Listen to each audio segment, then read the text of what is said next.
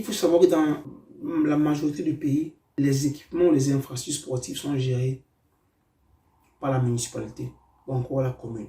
Et le plus souvent, vu que la commune est responsable de la construction des infrastructures pour le territoire qui donne la commune gère. Et le fait que la commune très souvent n'a pas assez de fonds pour pouvoir s'occuper de la gestion et de l'entretien de l'équipement en question, la commune fait ce qu'on appelle la gestion par concession. Je vais dans cette vidéo parler de la gestion par concession. C'est quoi la gestion par concession? Déjà, le terme concession, qu'est-ce que c'est? La concession, c'est une décision qui est discrétionnaire de la commune d'élargir la sphère juridique des particuliers ou des associations sportives. Et la concession se produit lorsque la commune ou la municipalité, comme j'ai dit, confie à des tiers la gestion d'un ou plusieurs services par le biais d'une convention. Il faut dire que le bénéficiaire, une fois ses pouvoirs reçus, les exerce à l'égard des tiers en son propre nom. Une des concessions la plus appliquée, c'est la concession translative, qui est tout simplement un acte de nature contractuelle où l'entité transfère, où la commune transfère au privé ou à l'association sportive un pouvoir ou une faculté qui est à sa disposition. L'objet du transfert n'est pas la titularité du pouvoir, mais l'exercice du pouvoir. Est-ce qu'il faut savoir, il faut bien préciser, l'objet quand la commune transfère ce pouvoir à un tiers, qui peut être un privé ou une association sportive, l'objet ce n'est pas la transmission de la titularité, donc la structure n'appartient pas au tiers, non. Le tiers a seulement le pouvoir de pouvoir exercer sur la structure.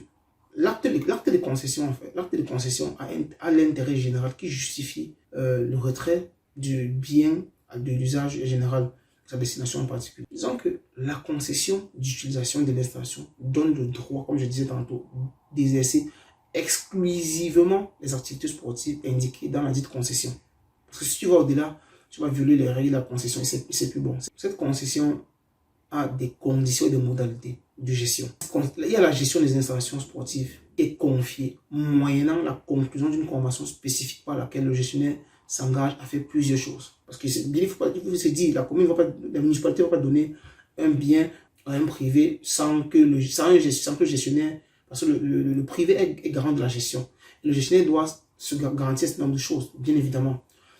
Première chose, utiliser l'installation selon les conditions qui ont été définies dans l'accord ou le règlement. Très, très, très important. Deuxième, souscrire une police d'assurance de la responsabilité civile adaptée à toute activité, que ce soit sportive ou extra-sportive, menée à l'intérieur de l'installation afin de décharger la municipalité de toute responsabilité pour les dommages aux personnes et aux biens pendant l'exercice de la gestion. La municipalité se décharge de toute responsabilité qui pourrait incomber la gestion. Donc c'est le gestionnaire qui est responsable de cela. Troisième point, garantir l'ouverture de l'installation à tous les citoyens. Il ne faut pas que tel fait partie de tel bord politique, je ne peux pas lui donner mon équipement. Non. Garantir l'ouverture de l'installation à tous les citoyens et recevoir les tarifs établis par la municipalité conformément à la réglementation qui est en vigueur. Je vais parler de convention. La convention doit contenir plusieurs choses. Les parties, c'est-à-dire la municipalité ou les gestionnaires ou le privé, un préambule, un objet, la description du bien. Le bien, c'est l'infrastructure. La redevance de la concession, la durée de la concession, l'utilisation et l'état du bien.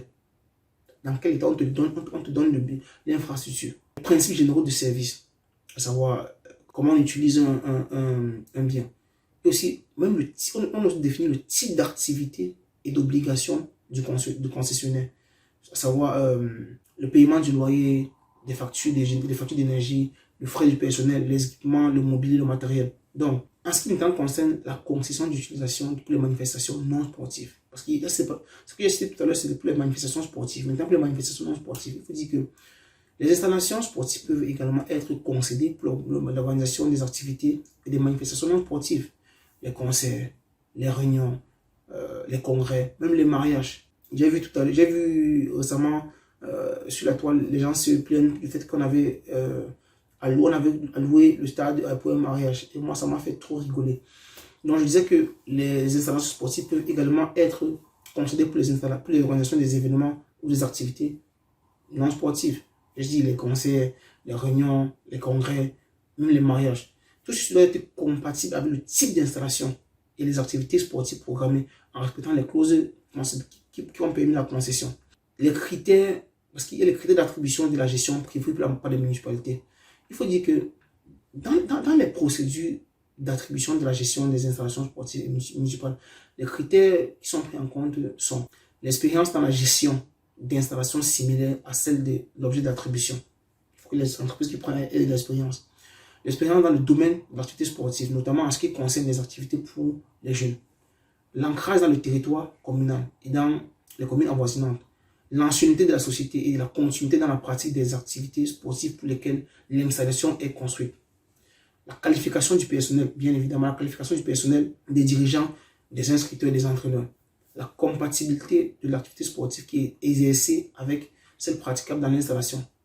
L'organisation des activités sportives en faveur des jeunes, des personnes âgées et des personnes handicapées. Un point super important.